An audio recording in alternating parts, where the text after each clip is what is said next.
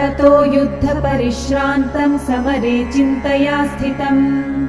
रावणं जाग्रतो दृष्ट्वा युद्धाय समुपस्थितम् दैवतैश्च समागम्य द्रष्टुमभ्यागतो रणम् उपगम्याब्रवीद्रामम् अगस्त्यो भगवान् ऋषिः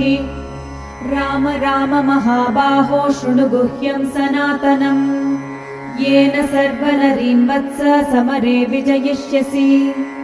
आदित्यहृदयं पुण्यं सर्वशत्रुविनाशनम् जयावहं जपे नित्यम् अक्षय्यं परमं शिवम्